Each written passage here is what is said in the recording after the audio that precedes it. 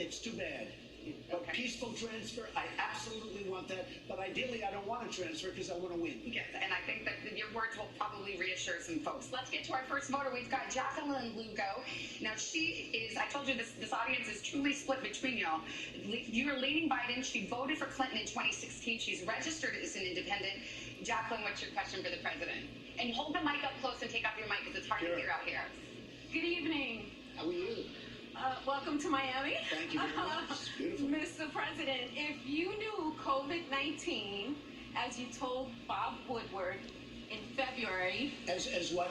As you told Bob Woodward in February, was airborne and deadlier than the flu, why did you only put in place a travel ban from China and not put in place other measures mitigating the spread of COVID-19, potentially saving tens of thousands of American lives? Well, I did put it in very early, as you know. Joe Biden was 2 months behind me, and he called me xenophobic and racist and everything else because I put it in. And it turned out that I was 100% right. I also put it on Europe very early because I saw there was a lot of infection in Europe. And it's sort of an amazing question, and I appreciate the question and respect the question, but the news doesn't get out the right answer because I put on a travel ban far earlier than Dr. Fauci thought it was necessary, who I like, far earlier than the scientists. I was actually the only one that wanted to put it on, and I did it actually against the advice of a lot of people, including Nancy Pelosi, who had no clue what she was doing, and Biden. When I put on the travel ban, I put it on in January, the end of January. When I put on the travel ban, Joe Biden and others said, this is ridiculous, you don't do that. Well, Dr. Fauci said I saved thousands and thousands of lives. Did you? I was early. I was extremely early when I put on the travel ban. Can I ask you, did your national security advisor on January 28th in the Oval Office warn you that this would be the greatest national security risk of your administration? No, he didn't say it, or you don't remember? I read it someplace, maybe Woodward said it or something, but no, he did not say that. But I knew it was a big threat. At the same time, I don't want to panic this country. I don't want to go out and say, everybody's going to die, everybody's going to... Isn't there a middle ground? You don't have to mislead, but you can...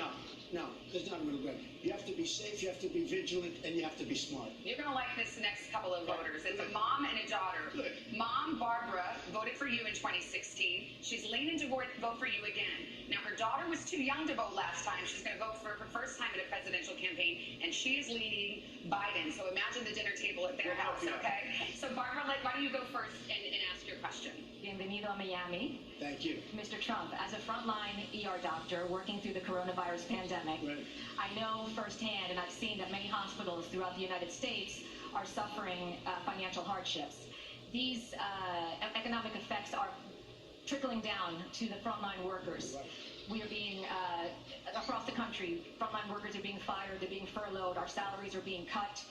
And this is also happening in other economic sectors as well, including the travel industry and hospitality. Right. My question to you is, how are you going to get the United States back on track, both in terms of the economy and the pandemic? So it's happening. We just set a record, 11.4 million jobs. We are going to have a phenomenal third quarter, which will be announced on November 1st, just prior to the big November 3rd day. We're thinking this year, red wave. But we're going to have a tremendous announcement, I believe. I mean, we're going to find out. But GDP is going through the roof. Jobs, real estate, houses, so many things are happening.